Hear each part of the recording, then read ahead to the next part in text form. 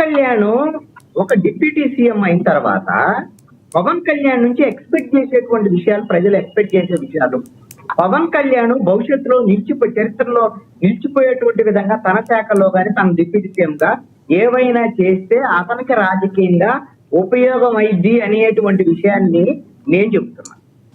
మీరు దాన్ని అర్థం చేసుకోలేక ఆయన పొగిడితే తట్టుకోలేరు, పొగిడితే ఎవరు తట్టుకోలేరు. నేను చెప్తున్నాను, సాధారణమైన ఎమ్మెల్యేలు కూడా ఈ పని చేస్తారు. పవన్ కళ్యాణ్ ఎమ్మెల్యేగా అక్కడ చేశాడు పిఠాపురంలో, తప్పు కాదు. అదే సార్, సాధారణమైన ఎమ్మెల్యేలు ఇంతవరకు ఎందుకు లైట్లు కూడా వేపించలేకపోయారు గిరిజన గ్రామాల్లో అని అడుగుతున్నారు. దానికి స్ట్రైట్ గా చెప్తారా? స్ట్రైట్ గా చెప్తాను, మీకు కూడా చెప్పండి. మీకు కూడా స్ట్రైట్ గా చెప్తాను. చెప్పనా? చెప్పండి సార్. గిరిజన గ్రామాల్లో ఇప్పుడు వరకు 70 ఏళ్ల నుంచి ఎన్నో పనులు జరుగుతూనే ఉన్నాయి. కానీ ఇప్పుడు పవన్ కళ్యాణ్ వచ్చిన తర్వాత గిరిజన గ్రామాల మీద ప్రత్యేకమైన దృష్టి పెట్టి ఎంతో కొంత ప్రయత్నం చేస్తున్నారు, దాన్ని అప్రిషియేట్ చేయాల్సిందే. అలాగని గిరిజన గ్రామాల్లో ఉన్న సమస్యలన్నీ పవన్ కళ్యాణ్ పరిష్కరించటం లేదు. మీరు గిరిజన గ్రామాల్లో ఆయన ఇచ్చినటువంటి హామీకి అనుగుణంగా ఎక్కడైతే రోడ్డు వేస్తా ఉన్నారో ఆ రోడ్డు వేయలేదని మొన్న ధర్నా చేసినటువంటి పరిస్థితిని కూడా చూస్తాం. అందుకనే ఈ 23 నెలల కాలంలో మిగతా వాళ్ళకన్నా ఎంతో కొంత ఒక మంచి పని గిరిజనులు చేయడానికి ఒక ప్రయత్నం జరుగుతుంది. మీరు దాన్ని డబ్బా కొట్టేటువంటి పని ఎక్కువగా చేసి ఆయన చేయాల్సినటువంటి పని కన్నా ఏం చేస్తారు పాపం, వాళ్ళకి ఛానళ్ళు లేవు కదా సార్. మీలాంటి వాళ్ళు జన సైనికులు, మీరు రాజకీయం నేర్చుకోండి ఫస్ట్. జన సైనికులు రాజకీయం అంటే ఇది కాదు. అందుకని చెప్తున్నా, సినిమా అనే కృష్ణవేణి గారు అర్థమవుతుందా మీకు? నాకు అదే అర్థమైంది. నేను చెప్తున్నాను కదా, మీకు సినిమా అనేటువంటి అంశాన్ని ఇదే ప్రస్తావన చేయడానికి కారణం ఇదే. రాజకీయం నేర్చుకోవాలంటే ఎందుకు కావాలి మాట్లాడితే నేను మాట్లాడేటప్పుడు. ఒక్క నిమిషం కృష్ణవేణి గారు మళ్ళీ మాట్లాడుతున్నాను, ఇస్తాను ఆగండి. ఆయన మాట్లాడినాడు. ఎస్ చెప్పండి. పవన్ కళ్యాణ్ అందరికన్నా భిన్నమైనటువంటి నాయకుడు, మంచి పని చేస్తున్నాడు, అన్ని చేసినా ఇది సరిపోవు. యాజ్ ఏ డిప్యూటీ సీఎం ఇంకా చెయ్యాలి. మీరేమంటున్నారు? అయ్యో సార్, అసలు ఉప ముఖ్యమంత్రికి ఏమున్నాయి సార్ ఆయనకి అధికారంలో? ఉప ముఖ్యమంత్రి కాదు కదా ఆయన ముఖ్యమంత్రి అయితే మిగతా ఆయన చెప్పినవన్నీ ఆయన చేస్తారు కాదంటారా? ఉప ముఖ్యమంత్రి అనే పోస్ట్ అసలు రాజ్యాంగంలో లేనప్పుడు ఆయన ఏం చేస్తాడండి? వెరీ గుడ్, ఈ మాట బాగుంది. ఉప ముఖ్యమంత్రి రాజీనామా చేయమని చెప్పండి. మీ మాటలు వింటే, మీ మాటలో, మీ జనసేన వాళ్ళ మాటలో మాటలు కాదు సార్, ప్రజల్లో అనుకునే వాళ్ళ మాటలు. ఉప ముఖ్యమంత్రి అనేది రాజ్యాంగం కల్పించిన పోస్టా? మీరు ఉప ముఖ్యమంత్రి అంటున్నారు. ఆయన ముఖ్యమంత్రి కాదు ఇవన్నీ చేయడానికి. మరి అదే అంటే ఎందుకు మరి ఇంకా అది వద్దని చెప్పండి. కాదు సార్, లక్ష్మీనాథ్ గారు మీలాంటి వాళ్ళు జనసేనలో అవగాహన లేనోళ్ళు, మీ వల్ల జనసేన పార్టీకి, పవన్ కళ్యాణ్ కి తీవ్ర నష్టం జరుగుతుంది అనేటువంటిది మాత్రం నేను చెప్పగలను. అంతేగాని మీ ఇష్టం. దాని తర్వాత వేరే ప్రభుత్వానికి ఏమన్నా ప్రాబ్లం అవుతుందని మీరు ఏమైనా భావిస్తున్నారా? ఏ ప్రభుత్వం అయ్యా? ఏ ప్రభుత్వం? గడిచిన ప్రభుత్వాలకు కానీ ప్రస్తుత ప్రభుత్వానికి కానీ ఏమన్నా ఆయన ఏమన్నా మేకే కూర్చున్నాడు అని ఏమన్నా ఆడేవాళ్ళు ఉన్నారా, అనుకునే వాళ్ళు ఉన్నారంటే? మీరేమన్నా మేకవుతారని నాకు తెలియదేమో, కానీ మీరు ఒక జర్నలిస్ట్ గా కనీసం మీరు ప్రభావం చూపించగలరేమో. కానీ పవన్ కళ్యాణ్ తెలుగుదేశము అదే విధంగా బీజేపీతో కలిసి ఉంటే మాత్రమే ముఖ్యమంత్రి అయ్యాడు. కాబట్టి ఆయన ఎవరికి ఏమి చేయలేడు. ఇది మీరు ఎక్కువగా ఊహించుకోవద్దు, జనసేనలో కూడా ఎక్కువ ఊహించుకోవద్దు. రైట్, కృష్ణవేణి గారు యాక్సెప్ట్ చేస్తారా?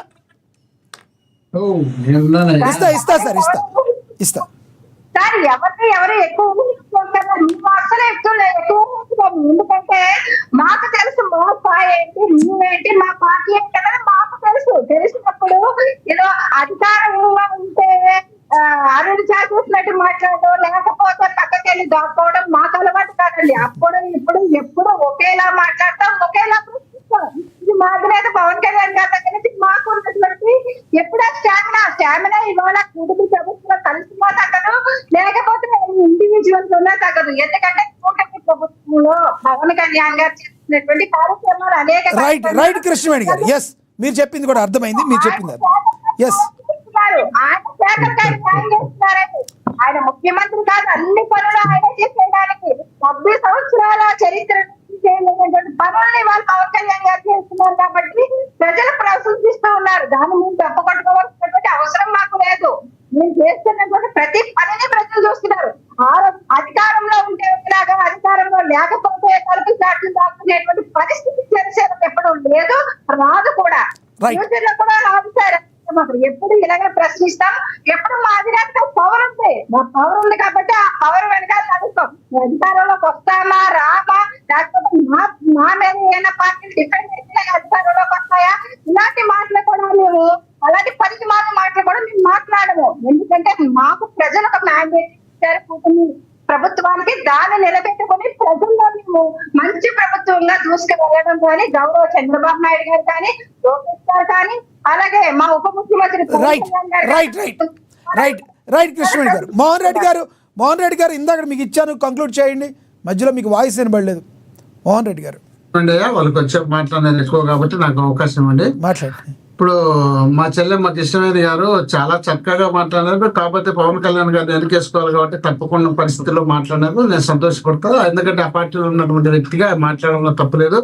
అదేవిధంగా పెద్ద ఆయన కృష్ణాంజనేయులు గారు ఒక మంచి సబ్జెక్ట్ చెప్పినారు. విద్యను వైద్యాన్ని ఫ్రీగా చేయడం చాలా మంచిది అని చెప్పడంలో భాగంగా ఇప్పుడు జగన్మోహన్ రెడ్డి గారు అదే కాన్సెప్ట్ మీదనే ఫస్ట్ స్టార్టింగ్ లోనే వైద్యాన్ని విద్యను పూర్తి చేయాలనే ఉద్దేశంలో భాగంగా వైద్యానికి సంబంధించినటువంటి దాదాపు 56,000 పోస్టులు పూర్తి చేయడంతో పాటు నాడు నేడు కార్యక్రమం ద్వారా విద్యను వైద్యాన్ని బ్రహ్మాండమైనటువంటి డెవలప్ చేసే కార్యక్రమంలో భాగంగా ఆయన ఆ కార్యక్రమం చేపట్టారు. ఆ కార్యక్రమానికి సంబంధించి చంద్రబాబు నాయుడు గారు, లోకేష్ గారు, పవన్ కళ్యాణ్ గారు ముగ్గురు కొన్ని స్కూల్ విజిట్ చేసినప్పుడు ఆ స్కూళ్ళకు వెళ్ళినప్పుడు ఇవి ప్రైవేటే గవర్నమెంట్ అని వాళ్ళే డౌట్ గా అడిగినారంటే ఆ రోజు చేసినటువంటి ముఖ్యమంత్రి జగన్మోహన్ రెడ్డి గారు ఏ విధంగా చేసినారనేది మనం గుర్తుపెట్టుకోవాల్సిన అవసరం ఉంది. అదేవిధంగా వ్యవసాయాన్ని కూడా పరిగణలోకి తీసుకోవాలి. ఈ రాష్ట్రంలో ముఖ్యమైనటువంటి కార్యక్రమాలు ఏవైనా ఉన్నాయంటే విద్య, వైద్యము, వ్యవసాయము, ఈ మూడింటిని పూర్తిగా ఫుల్ ఫ్లెడ్జ్డ్ గా న్యాయం చేసినారంటే వేరే కార్యక్రమాలు అన్నిటినీ వీటిలోకే కవర్ అవుతాయి. అలాంటి కార్యక్రమాలు చేయడంలో పూర్తి విప్లవం చెందడమే కాకుండా వైఎస్ రాజశేఖర రెడ్డి గారు ముఖ్యమంత్రిగా ఉన్నప్పుడు ఆరోగ్యశ్రీని తీసుకొచ్చినటువంటి రాజశేఖర రెడ్డి గారు రాష్ట్రంలోనే కాదు దేశంలో ఇతర రాష్ట్రాల ముఖ్యమంత్రులు కూడా దాన్ని ఆదర్శంగా తీసుకొని చేసే కార్యక్రమం చేపడితే అది పూర్తి స్థాయిలో రాజశేఖర రెడ్డి గారికి కానీ ఆయన కుటుంబానికి జగన్మోహన్ రెడ్డి గారికి కానీ వర్తిస్తుందన్న ఉద్దేశంలో భాగంగా చంద్రబాబు నాయుడు గారు ఈ రోజు కూడా 108ను పూర్తి స్థాయిలో నిర్వీర్యం చేసే కార్యక్రమం చేపడితే మా తల్లి కృష్ణవేణి గారు ఏమన్నారంటే చంద్రబాబు నాయుడు గారు అనుభవించిన చంద్రబాబు నాయుడు గారు బ్రహ్మాండంగా చేస్తున్నారంట. కొన్నిటిని మనము పరిగణలోకి తీసుకోవాలి తల్లి. మనకు రాష్ట్రం ముఖ్యము, రాష్ట్ర ప్రజలు ముఖ్యం.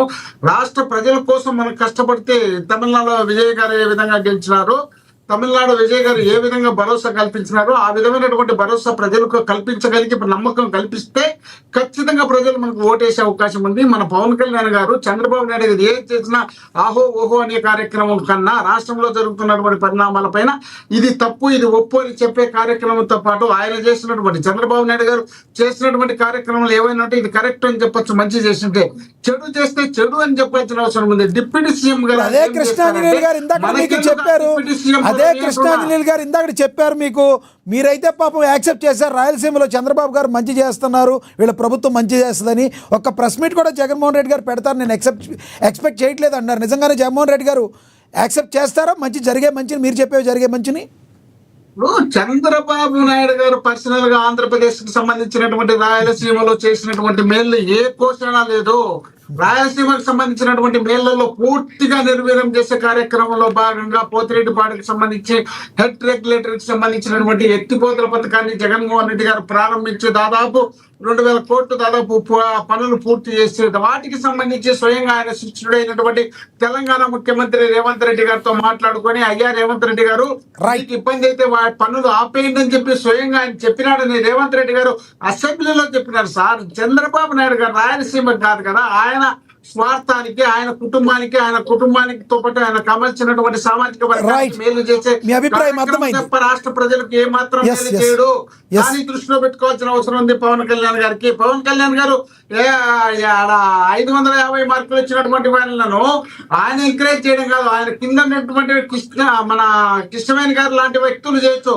మేము జగన్మోహన్ రెడ్డి గారు వాళ్ళ తండ్రి గారు ముఖ్యమంత్రిగా ఉన్నప్పుడు జగన్ అభిమాన సంఘం పెట్టి అన్ని జిల్లాల ప్రాంతాల్లో 500 పైబడి మార్కులు వచ్చినటువంటి వ్యక్తులను తప్పేముంది సార్, అందరూ ప్రోత్సహించినటువంటి చేయొచ్చు. అభిమాన సంఘం తరఫున మాకుంది. అదేదో కింది స్థాయి వాళ్ళు చేయాల్సినటువంటి పని ఒక డిప్యూటీ సీఎం గా ఒక పిఠాపురం నియోజకవర్గంలో చేయడము ఇది అది హాస్యాస్పదము. పవన్ కళ్యాణ్ గారే పవన్ చెప్పారు కళ్యాణ్ కదండి గారు గతంలో. అది ఎవరైనా ఇది ఇక్కడ వరకు చేయలేకుండా వచ్చి మమ్మల్ని చేయమన్నారంటే ఉప ముఖ్యమంత్రిగా ఉన్నప్పుడో లేదంటే సంబంధిత